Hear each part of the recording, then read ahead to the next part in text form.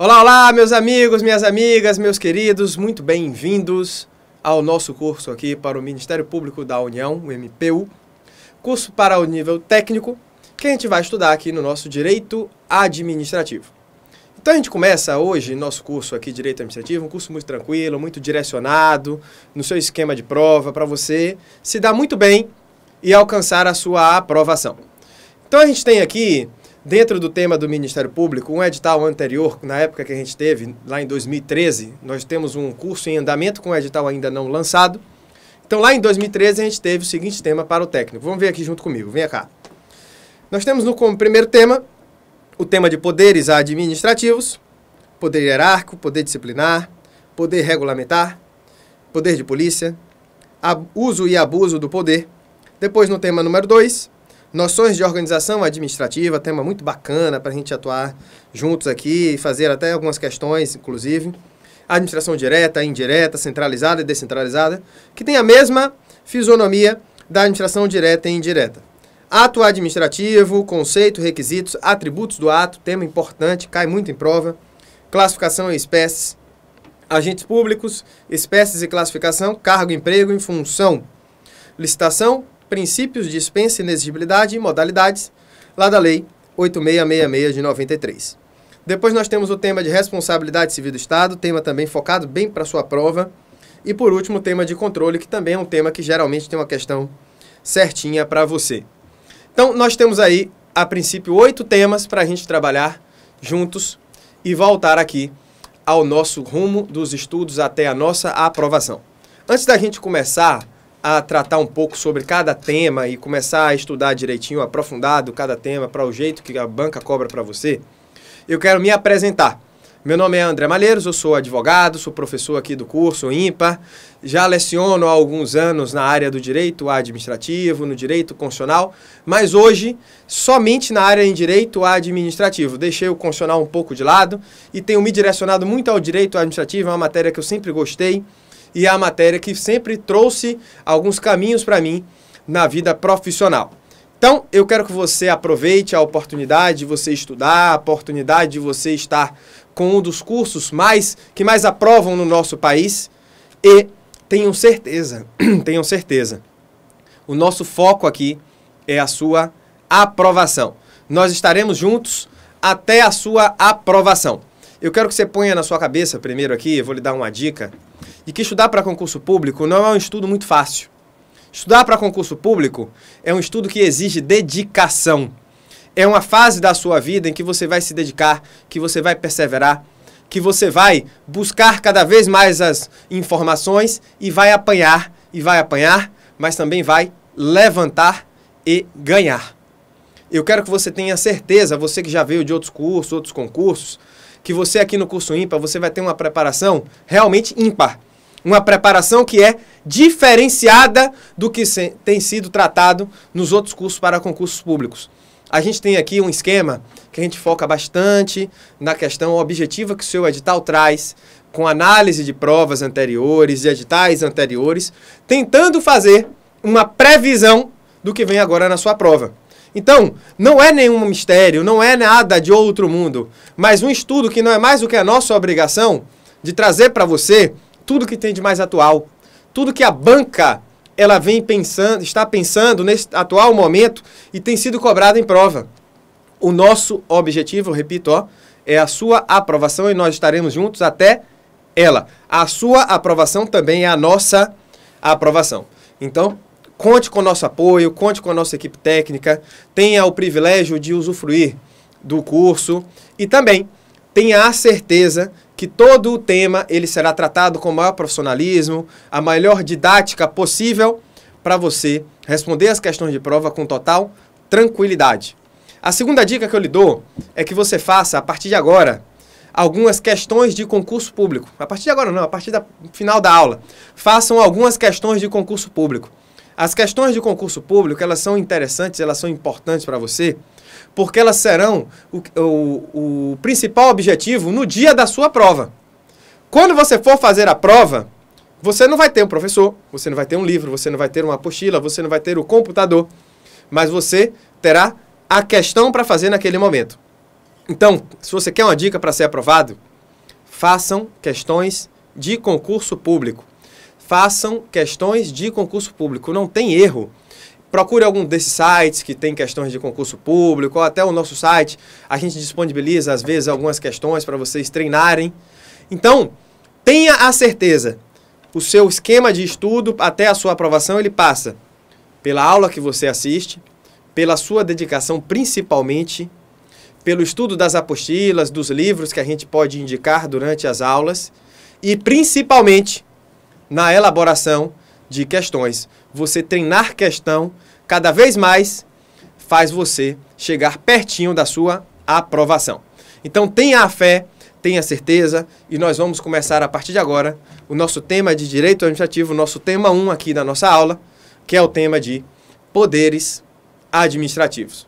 Quando a gente começa a falar dos poderes, eu quero que você tenha a ideia na sua cabeça, eu coloque aí bem na sua mente, que os poderes administrativos, eles vão nascer do princípio da supremacia do interesse público sobre o interesse individual. Quando você pensa a administração pública, eu quero que você pense o seguinte: a administração, ela não visa o interesse próprio dela, ela não visa o seu próprio interesse, ela visa o interesse de toda a coletividade. Então, quando a gente pensa em direito administrativo e em poderes administrativos, a primeira regra que eu quero que você ponha na sua cabeça é de que existe o princípio da supremacia do interesse público sobre o interesse particular. Então, você tem aqui no quadro comigo, a sua primeira noção é que existe um interesse público que ele é maior do que o interesse particular, que está aqui pequenininho. Este é o primeiro princípio que a gente trabalha e são os princípios que são a base do nosso direito administrativo. Dentro disso aí, nós temos também um outro princípio que a gente pode estudar juntos, que é o princípio da indisponibilidade. Indisponibilidade do interesse público. Então, nós temos duas coisinhas aqui. O princípio da supremacia do interesse público sobre o interesse particular, que vai dizer que os interesses coletivos, eles se sobrepõem aos interesses individuais. Quando você tem um interesse individual, esse interesse individual, ele pode ser até um direito para você. Mas o interesse coletivo, ele sempre será superior. Vou lhe dar um exemplo. Você tem o seu imóvel. Sua casinha lá, bonitinha, seu imóvel, onde você mora há 30 anos, por exemplo. Beleza. A administração pública, ela decidiu, neste momento, fazer uma ponte. E repare, a ponte passa bem onde era o seu imóvel. Você acha que a administração pode desapropriar o seu imóvel ou não? Será que ela pode ou será que ela não pode? Ela pode sim. Sabe por quê? Porque o interesse da coletividade ele é maior do que o interesse individual. Você já pensou? A gente vai deixar de ter uma ponte, a gente vai deixar de ter um viaduto, a gente vai deixar de ter um hospital, uma escola, uma obra pública, porque a sua casa está no meio do caminho? Não posso, meu amigo. O interesse da coletividade, ele é maior do que o seu interesse individual. Aqui, no tema de poderes administrativos, nós vamos estudar a todo momento o conflito entre interesses individuais e interesses coletivos. O interesse público, ele sempre em conflito com o interesse individual, para a gente ver quem é que ganha neste momento. E a regra é que quem vença é o interesse coletivo. Sabe por quê? Porque o interesse público, ele é maior do que o interesse individual. Só que nós temos também uma situação em que o interesse público, ele não pode ser colocado de lado. O interesse público, ele é indisponível, ou seja, ele nunca poderá ser colocado de lado. O interesse público é um interesse que ele é primordial na vida da administração. O interesse público, ele não pode vir em segundo plano, ele sempre vem em primeiro. E o interesse público, ele se divide em dois. Comece a anotar. O interesse público, ele se divide em interesse público primário e interesse público secundário. O interesse público primário é aquele interesse público que envolve o interesse da coletividade. O interesse público secundário é o interesse da própria administração, como pessoa jurídica. Então, olhe que coisa interessante. A administração pública, como pessoa jurídica, ela também tem interesses. Só que este interesse da administração pública, como pessoa jurídica, não é o interesse público primário, e sim o interesse público secundário. Professor, se tiver um conflito entre interesse público primário e secundário, quem é que vence esse conflito?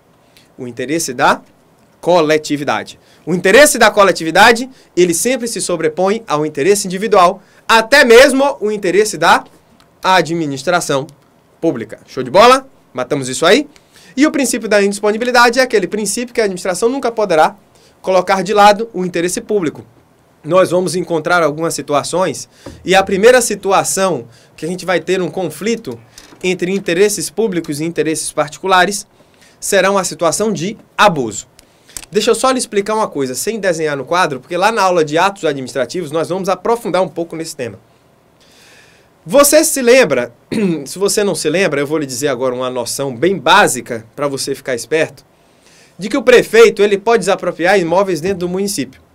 Então eu sou o prefeito aqui do município e eu pretendo desapropriar a sua casa para a construção de uma escola. Eu posso fazer isso? Posso.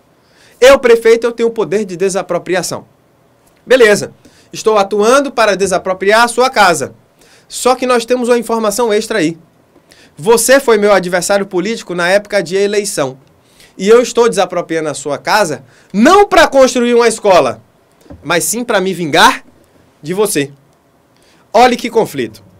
Eu, prefeito, eu posso desapropriar imóveis segundo a lei? Posso. Posso desapropriar sim. Só que eu, neste caso, eu só estou desapropriando o imóvel para me vingar ou eu estou desapropriando o imóvel para os fins do interesse coletivo? Estou desapropriando o imóvel para o fim de vingança.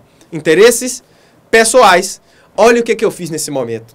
Eu estou atuando com a supremacia do interesse público sobre o interesse particular para desapropriar, só que, na verdade, essa supremacia do interesse público que eu estou aplicando no momento, ela não é de interesse público nenhum. Ela é de interesse particular. Porque, no momento, eu peguei o interesse público e, coloquei totalmente de lado aqui para o nosso estudo. Então, toda vez, repare, toda vez que o administrador ele utilizar da lei para o seu benefício próprio, ele estará praticando um ato administrativo com o chamado abuso de poder. E nesta espécie que a gente falou agora, seria no desvio de finalidade. Mas, repito, lá na aula de atos administrativos, a gente vai estudar um pouquinho melhor isso aí. Show de bola? Dentro do tema de poderes administrativos, você vê aqui na tela comigo rapidinho os dois princípios principais que são da supremacia do interesse público e da disponibilidade. E a gente tem uma ideia interessante em que o poder administrativo, além de ser um poder, ele também é um dever. Essa noção é trazida pelos grandes doutrinadores mais clássicos do nosso direito administrativo. E ele diz o seguinte, se você deve fazer uma coisa, você pode fazer uma coisa. Se você pode fazer uma coisa, você deve fazer aquela coisa também. O poder, ele sempre é acompanhado do dever. E o dever, ele sempre é acompanhado do poder. Vou lhe dar um exemplo. Aqui para você ver comigo. Você é guarda de trânsito. Beleza, guarda de trânsito, tranquilo, atuando, numa boa, pá. Chegou lá e viu um carro estacionado em local proibido. Opa, eu sou guarda de trânsito, tem um carro estacionado em local proibido, vou multar aquele sujeito que estacionou no local proibido. Tô lá aqui, preenchendo a minha multa, bonitinho, tudo certinho. Quando vem o dono do carro, e adivinha, o dono do carro era meu primo, Fulaninho. Fulaninho, meu primo, falou, pô, André, que negócio é esse, velho? Você vai multar o meu carro, eu sou seu primo.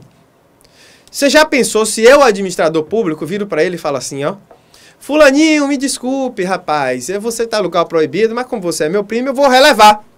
Eu vou colocar o interesse público, de lado. Eu posso fazer isso? Não. Sabe por quê? Eu posso multar ele? Posso. Se eu posso, eu devo. Eu devo multar ele? Devo. Se eu devo, eu posso. Se eu tenho um poder, eu tenho um dever. Toda vez que o administrador público ele tem um dever, ele também tem um poder de atuar. Se você pode, você deve. Se você deve, você pode. Porque no momento em que você deve e você não faz o uso daquele poder, ou no momento que você pode e você não cumpre o seu dever, você pegou o interesse público que está aqui, e colocou ele lá na lata do lixo. Você pegou o interesse público que está aqui, e colocou ele lá de lado. E repare, o interesse público, como eu disse antes, ele é o quê? Indisponível. Espere uma questão nesse sentido aí na sua prova, tá? Segunda noçãozinha que a gente tem aqui, ó, no quadro do direito administrativo, dentro do tema de poderes administrativos, é que o poder administrativo, ele tem a característica de ser... Opa, deixa eu errei aqui. A característica de ser instrumental. Anote aí pra gente.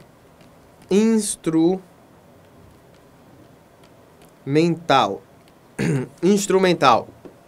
O que é isso?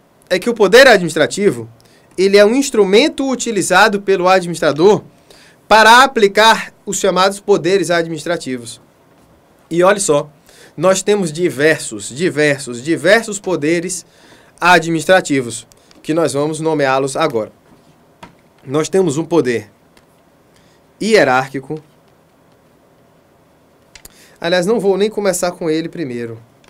Nós temos um poder vinculado, melhor, um poder vinculado, um poder discricionário,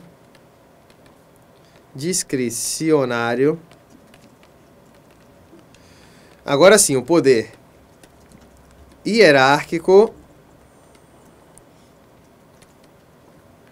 o poder disciplinar, esse aqui é o querido hoje, disciplinar, junto com o poder de polícia, esse é o mais querido, poder normativo, normativo, e por último, o principal, que é o poder de polícia. Então nós temos esses 6 poderes aí para o nosso tema de estudo.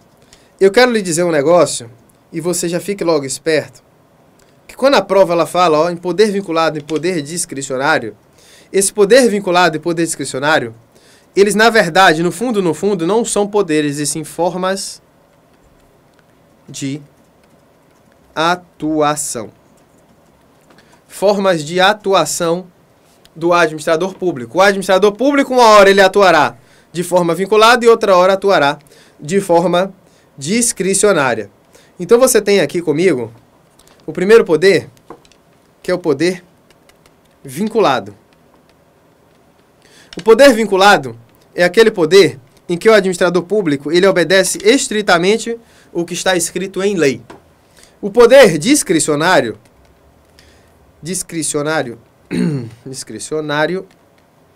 é o poder administrativo em que o administrador público ele também terá obediência à lei, mas terá um poder de escolha naquele momento. Antes de a gente aprofundar um pouco nesse assunto, eu quero dizer uma coisa, ó. O administrador público, ele deve respeitar um dos princípios que estão lá no artigo 37 da Constituição Federal. São 5 que temos e nesse momento nós vamos tratar de um deles. O primeiro princípio, que é o princípio da legalidade.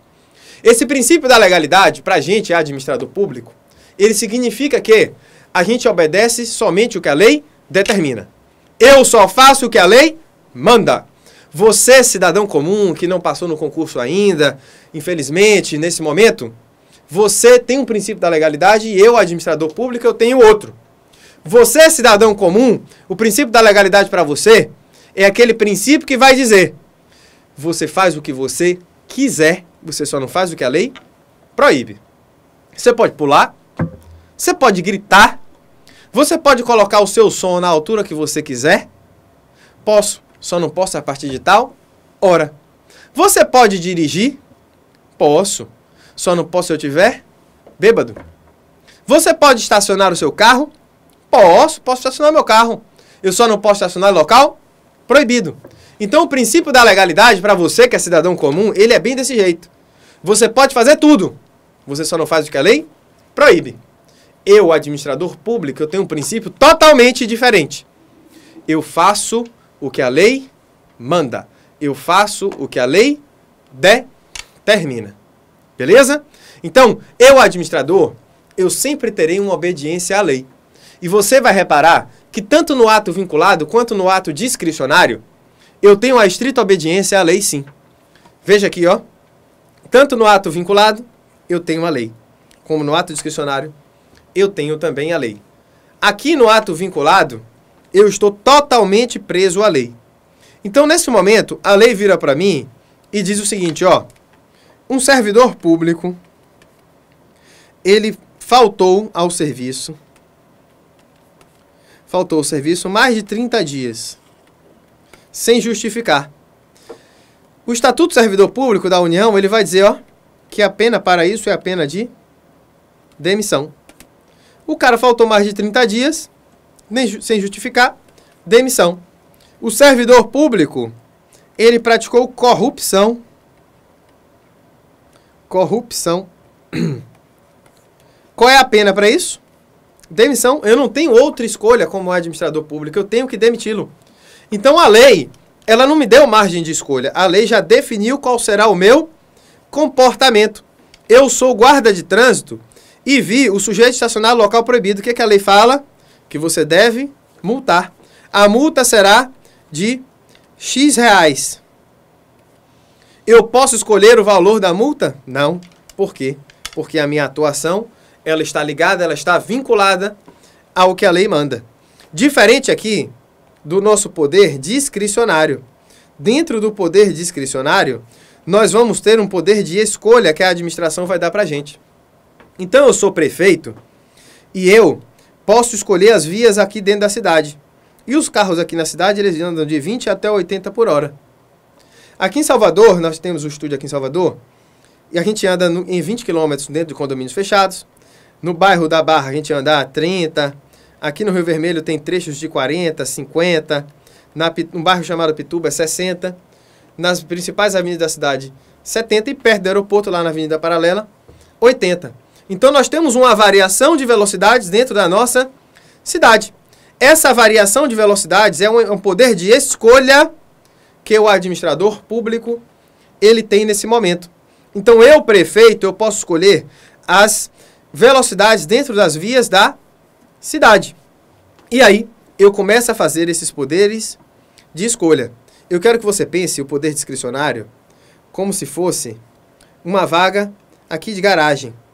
O sujeito, ele tem essa vaga aqui e ele resolveu parar a moto dele aqui, ó.